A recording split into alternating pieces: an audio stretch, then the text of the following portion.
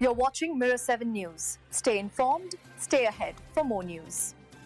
France has once again been shaken by political instability. Prime Minister François Bayrou and his centrist minority government were removed after losing a confidence vote in the National Assembly. What makes this moment even more striking is that Bayrou himself had requested the vote, hoping to secure legitimacy for his proposed 2026 budget. But instead, the outcome confirmed what many expected. His lack of support from both right-wing and left-wing parties left him with no path forward.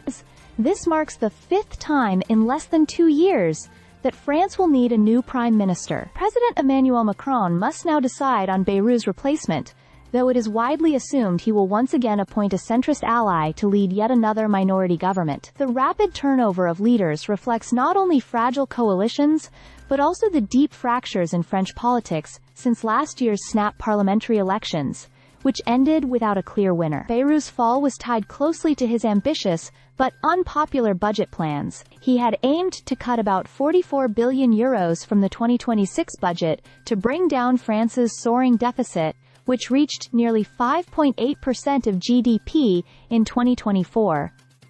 Even with his measures, the deficit would only have been reduced to 4.6% by 2026, still well above the European Union's limit of 3%. Opposition parties attacked these austerity measures, accusing Bayrou of pushing painful cuts while raising taxes. Leaders across the spectrum argued that ordinary citizens would carry the heaviest burden. The atmosphere in France has been tense. Anger has grown not only in parliament but also in the streets. Protest movements, some recalling the Yellow Vests demonstrations of recent years, have called for mass strikes and blockades, warning of rising inequality and economic injustice.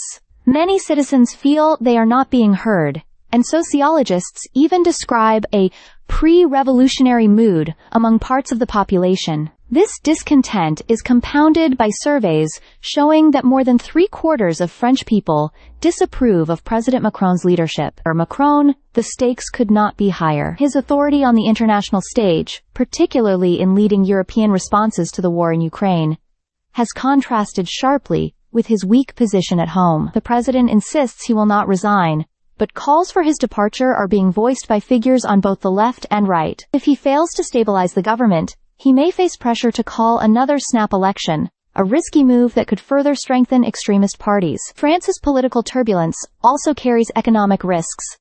With public debt already exceeding 110% of GDP, investor confidence has been shaken. Credit agencies are watching closely, and any downgrade could make borrowing more expensive for the country. Germany has insisted that the Eurozone's stability is not at risk, but market jitters suggest otherwise. As things stand, France is heading into yet another period of uncertainty. The resignation of François Bayrou is not just a change of leadership. It is a symptom of a deeper crisis. Unless stability is restored, the cycle of weak governments and collapsing budgets may continue, leaving France struggling to maintain both political order and economic credibility. Stay subscribed for more videos.